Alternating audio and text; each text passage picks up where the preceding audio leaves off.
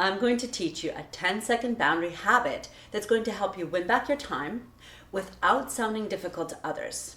This changed everything for me and really was a turning point for me becoming excellent at setting healthy boundaries. One of the things that had me spiraling towards burnout was the constant demands from others.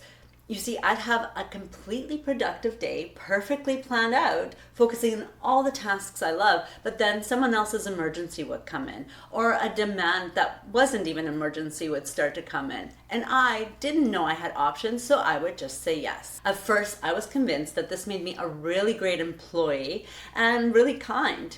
However, this quickly spun into overwork and overwhelm. I lost complete control of my schedule. Eventually, I lost complete control over my goals or even my vision for what I want my career to look like. I knew something had to change. I didn't know how because I said yes so quickly. Has this happened to you? Here I was, working away, and suddenly a request would come in.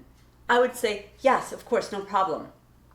And then 2 seconds later, I would say, how am I going to handle that? I'm at capacity. I already have a couple other requests I'm trying to work through, and now I have to add another one to my list. I would get resentful towards the other person. I'd get overwhelmed about myself, and honestly, I started getting really stressed out about coming to work because I didn't know when these requests would come of me and how to stop them. Let me share my habit, but also stay tuned to the end because I'm sharing 3 game-changing scripts that have helped me and my clients set better boundaries. This crucial boundary habit is to create space between the request and your answer. It sounds simple, but it's not as easy. And here's why it's important. We say yes really quickly, not only because we might be scared, not only because we want to be kind, but often because it's a habit. We know we might not even have capacity to do what's asked for us, and yet we agree because we think we have to. The first step in breaking any habit is to pattern interrupt it. Learn how to interrupt the pattern once you recognize it. In my boundaries program for professionals, I work on mindset first because I know how entrenched our habits can really be. So how do we do this? It's as simple as saying, hey, let me check my calendar and get back to you. Can I get back to you on that? I need to see what my tasks are for tomorrow. I'm quite at capacity right now. Let me get back to you on that. Winning yourself time so that you're still being polite, kind, but knowing that you're going to get back to someone, whether you can help. This really allows you time for you to see if you have the capacity to do something, if you can invest time in it, or if you would like to say no. And I teach you how to do that in a moment. The next crucial part of this is to remember to do it. This is the part where it's simple, but it's not that easy because those habits are developed over a long period of time. For me, it was over a decade of saying yes immediately before I was able to interrupt that pattern. So how do you remember it?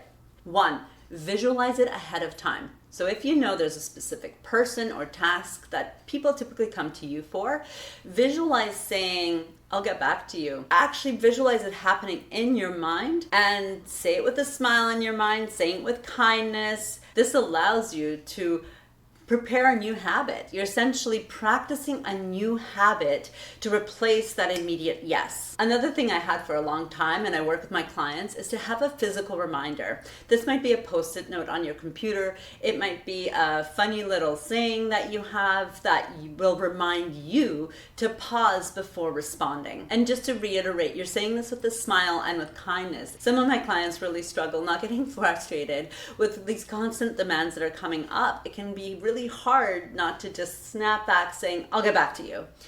The practice really is to be your kind self when you're winning yourself some time for a better response. That is the main habit. But now, what if you're not prepared to say no? What if it's your big boss? Or what if it's just too scary and you're not ready to just fully say no to something?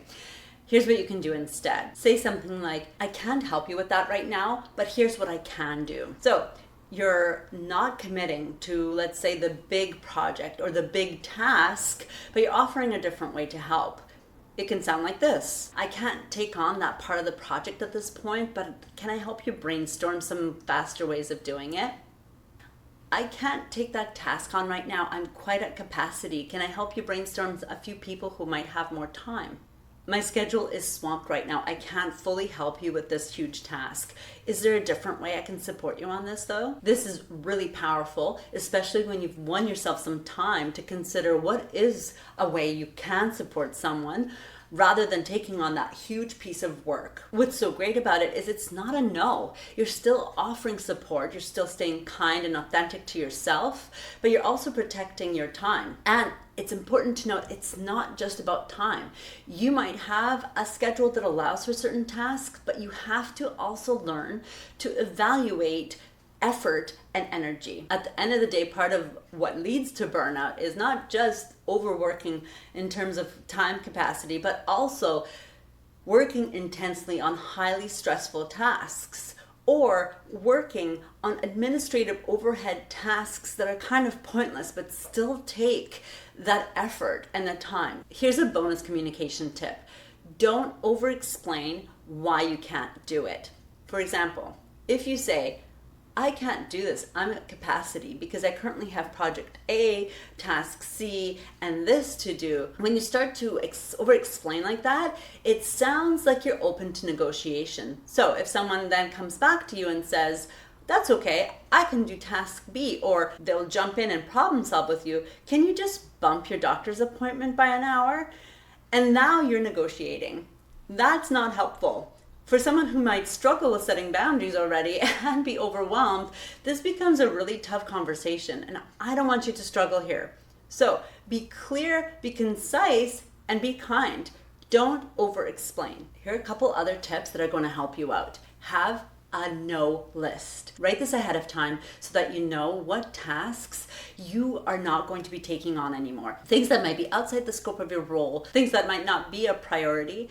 For example, being on a committee for another meeting or being part of a meeting that's not essential to your work. If you're able to say no, add those to your essential no's so that you're prepared and already have a plan on how you're going to turn them down. Next, have blocks of time when you are available to respond and have meetings. And this doesn't have to be a small block. It could be something like from 10 to 3 p.m. every day you're available for meetings, but you book off blocks of time that allow you to focus on your actually important work, the work that is more fulfilling. If you saw my last video, you know that burnout can be really mitigated by doing more fulfilling work, or just uninterrupted time for that administrative overhead that just comes with most of our work. During these blocks of time where you're not available, you will work on not responding to non-urgent things. So if someone's just saying hello or asking a quick unimportant question, leave that for your available time blocks. In fact,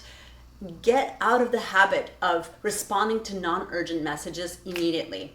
That creates work and interrupts your ability to think and focus, and that does add to overwhelm. It's a small boundary you can really set now. Big benefits to having these work periods is that it allows you to focus on work that is important to you.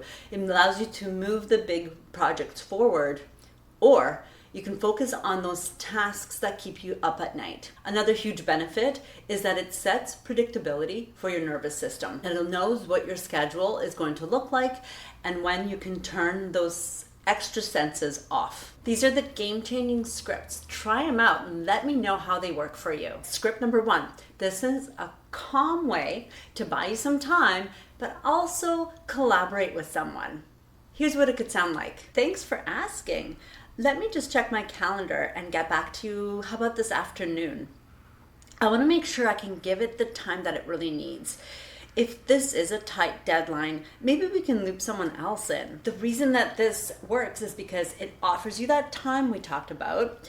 It also communicates that you care and want to help, but subtly also lets someone know that this is a shared responsibility. They're not just dumping something on you and walking away. This is something that we can maybe opt to do together. Script number 2, the respectful reframe. Here's what this one sounds like. I'm at capacity right now, so I won't be able to take this on directly.